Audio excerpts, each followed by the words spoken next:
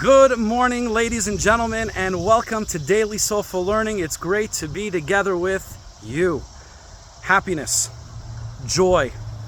This is something that every single human being craves. And we all know that the new car, the new house, the new boat, all of these material things, we feel good, but quickly it goes away. And when a person wants to be able to maintain feelings of joy, feelings of happiness, what is the answer?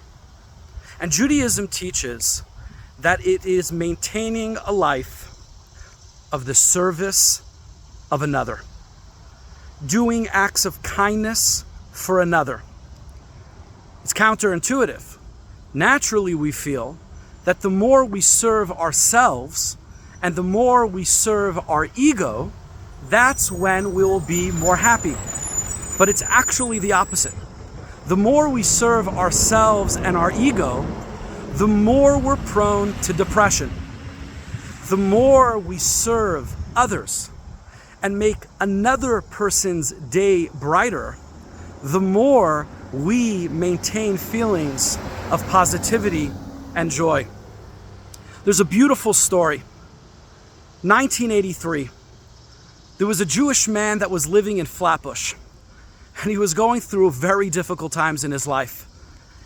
He was speaking to different friends what to do. He needs advice, a lot of questions. They said, you know what? Get yourself to the Crown Heights section of Brooklyn, go to 770 Eastern Parkway, and schedule for yourself a private audience with the Rebbe. Pour out your heart. Share with him everything that you're going through. He has a way. He'll give you the guidance that you need. He travels to 770. He goes to the office of the secretariat. Can I please schedule an appointment? And they say, I'm sorry. We used to have private audiences, but the demand has grown too big. But what you can do is write a letter with everything on it, and the Rebbe will get back to you.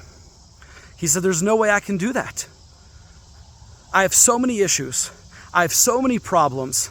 It's going to take me months and months and months to get all the answers that I need. Back and forth, correspondence. They said, listen, this is the way it is at this point. Sit down and write your letter. He left the office. He went into the side synagogue. He sat down on a bench and he began to cry. He was going through so much stress, so many issues, so many challenges. He knew that this letter would not do the job for him. One of the boys in the synagogue comes over to him, notices that he's crying, puts his hand over his shoulder. How can I help you? This Jew pours out his heart. He says, listen, I have a trick. It's not so well known, but let me give you an insider's scoop. Every single morning, the Rebbe leaves his house. There's a car waiting for him that brings him to morning services.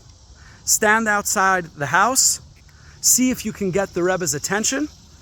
And this is a fantastic way to meet face to face and pour out your heart. Well, that's exactly what he did. He woke up early in the morning the next day. He stood outside the Rebbe's house. He waited for the Rebbe to come out. And immediately he went towards the Rebbe, introduced himself, and he had a 7-minute conversation. At the end of those 7 minutes, he felt uplifted. He felt like a new person.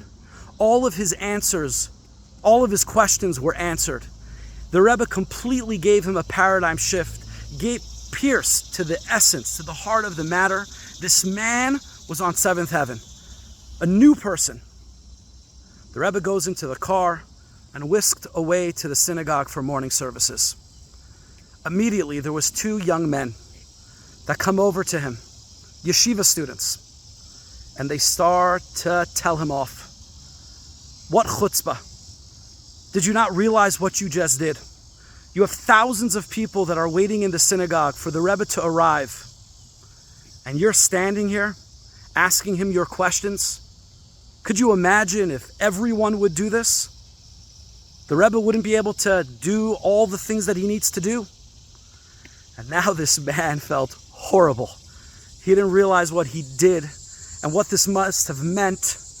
And immediately he goes back to the synagogue, to 770 Eastern Parkway, and he sits down and writes an entire apology letter, saying that he didn't realize the magnitude and that he apologizes for stopping the Rebbe and asking him his questions. A few hours later, this man receives a response in writing. Two things.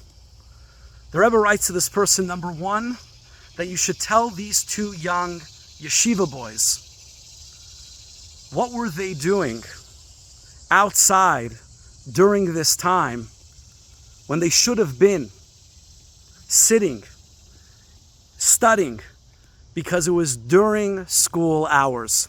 They should have been in the yeshiva. And then the Rebbe says number two. He says the founder of the Hasidic movement, the Baal Shem Tov, taught that every soul is put into this world for 70 to 80 years just to do a favor for another. The Rebbe says it's possible that my soul was put into this world for 70 to 80 years just to be there for you this morning. And why would anyone want to get in the way of something that is so meaningful? My dear friends, our souls were put into this world for 70, 80 years just to do a favor for another, to do a kindness for another, to love another, to make another person's day a bit brighter. And every single day we are given these soulful opportunities.